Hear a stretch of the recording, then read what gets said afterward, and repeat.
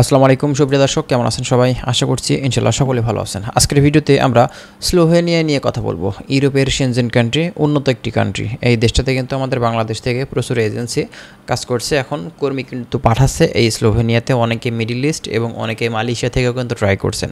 তো আজকের ভিডিওটি বেশ গুরুত্বপূর্ণ হতে চলেছে। যারা বাংলাদেশ থেকে এবং অন্যান্য কান্ট্রি থেকে স্লোভেনিয়াতে যেতে চান, বিভিন্ন ধরনের ইনফরমেশন আজকে আমরা শেয়ার করার চেষ্টা করব। বর্তমানে এখন ভিসা রেশিও কেমন, ভিসা হচ্ছে কেমন, এই দেশটার সার্বিক পরিস্থিতি কী কাজের চাহিদা বেশি, কী কাজের সুযোগ আছে, বর্তমানে আপনারা এখন ভিসা পাবেন কিনা, এবং এই স্লোভেনিয়ার অ্যাপ্রুভাল হয়ে গেলে তারা ভিসা দেয় নাকি টিআরসি কার্ড দেয়, এবং এই দেশটির বর্তমান সময় এখন পারমিট কত দিনের বের হচ্ছে, আমরা A to Z যে প্রসেসটা সেগুলো নিয়ে কিন্তু কথা বলার চেষ্টা করব। যারা স্লোভেনিয়া সম্পর্কে জানতে ইচ্ছুক আছেন অবশ্যই ভিডিওটি স্কিপ না করে শেষ পর্যন্ত দেখবেন। আমাদের চ্যানেলটি সাবস্ক্রাইব করে রাখবেন। যদি কোনো কিছু আপনাদের জানার থাকে সে বিষয়ে প্রশ্ন করতে পারেন কমেন্ট বক্সে। চলুন তাহলে কথা না বাড়িয়ে আমাদের মূল ভিডিওটি আমরা স্টার্ট করি। আচ্ছা, ফার্স্ট অফ অল আপনাদেরকে বলি, বর্তমান সময়ে বাংলাদেশ থেকে স্লোভেনিয়াতে কিন্তু অনেকে যাওয়ার স্বপ্ন, কারণ এই দেশটার যেহেতু সেনজেন কান্ট্রি, এক্ষেত্রে কিন্তু বুঝতেই পারছেন এখানে গেলে আপনার অন্যান্য সেনজেন কান্ট্রিগুলোতে কিন্তু মুভ করার কোনো প্রয়োজন হচ্ছে না, বা আপনি চাইলে কিন্তু সেখান থেকে যেতে পারেন। এখন আপনি বলতে পারেন যে ভাই মুভ করার প্রয়োজন হচ্ছে না, আসলে এর মানেটা কি? এর মানে হচ্ছে আপনি অন্যান্য কান্ট্রিগুলোর যদি আসলে তুলনা করেন আপনার স্লোভেনিয়ার সাথে, তো বিশেষ করে আমরা আসলে অন্য কান্ট্রিতে মুভ কেন করি?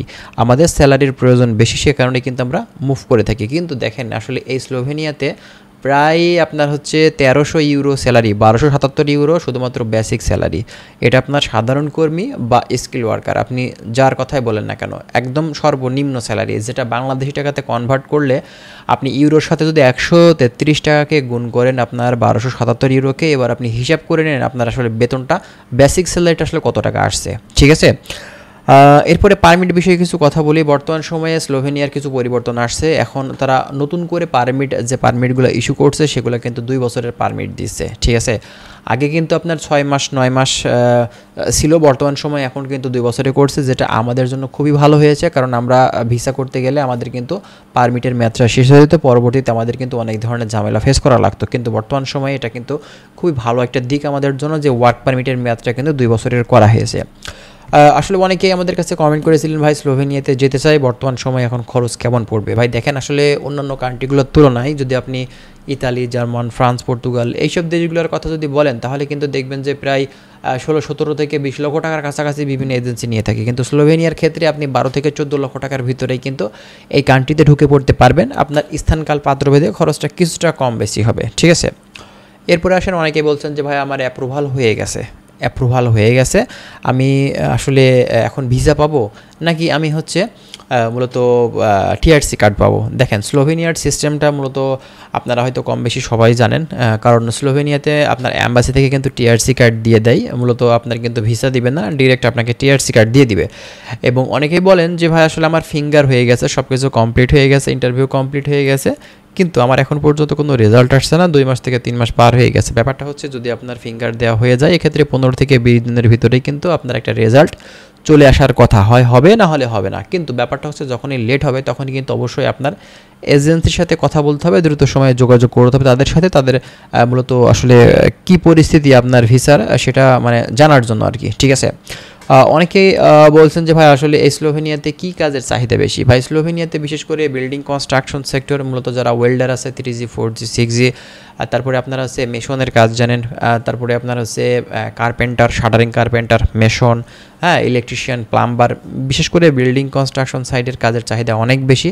এছাড়া আপনি কিন্তু প্যাকেজিংয়ের কাজ করতে পারবেন। এছাড়াও আপনি কিন্তু হোটেল, রেস্টুরেন্ট, যদি আপনি একটু ইংলিশে পারদর্শী হয়ে থাকেন, স্পোকেন ইংলিশটা ভালো জানেন, এক্ষেত্রে কিন্তু আপনি ভালোভাবেই কিন্তু আপনার হচ্ছে হোটেল ও রেস্টুরেন্টে কাজ করতে পারবেন, ওয়েটার।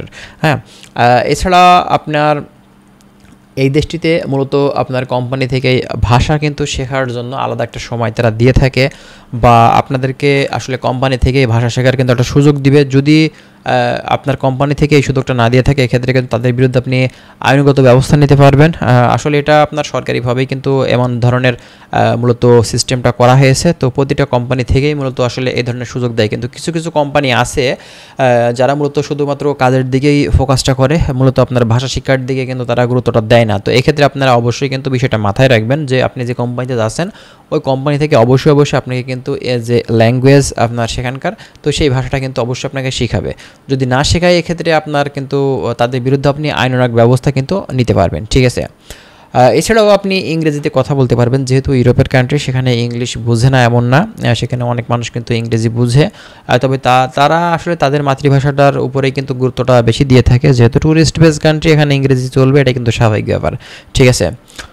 তো বর্তমান সময়ে অনেকেই বলছেন ভাই আমি মিডল ইস্টের বিভিন্ন দেশে থাকি বা মালয়েশিয়াতে থাকি, এক্ষেত্রে গিয়ে যাওয়ার সুযোগ হবে। হ্যাঁ, আপনি অবশ্যই কিন্তু বর্তমান সময়ে আপনি যেতে পারবেন, কোনো সমস্যা নেই। যে দেশে আছেন সেখান থেকে আপনি দূতাবাস আছে কিনা আপনি একটু খোঁজখবর নিয়ে দেখেন, যদি থেকে থাকে তো সেখানে আপনারা যোগাযোগ করতে পারেন বা ভালো এজেন্সি যারা আছে, ঠিক আছে।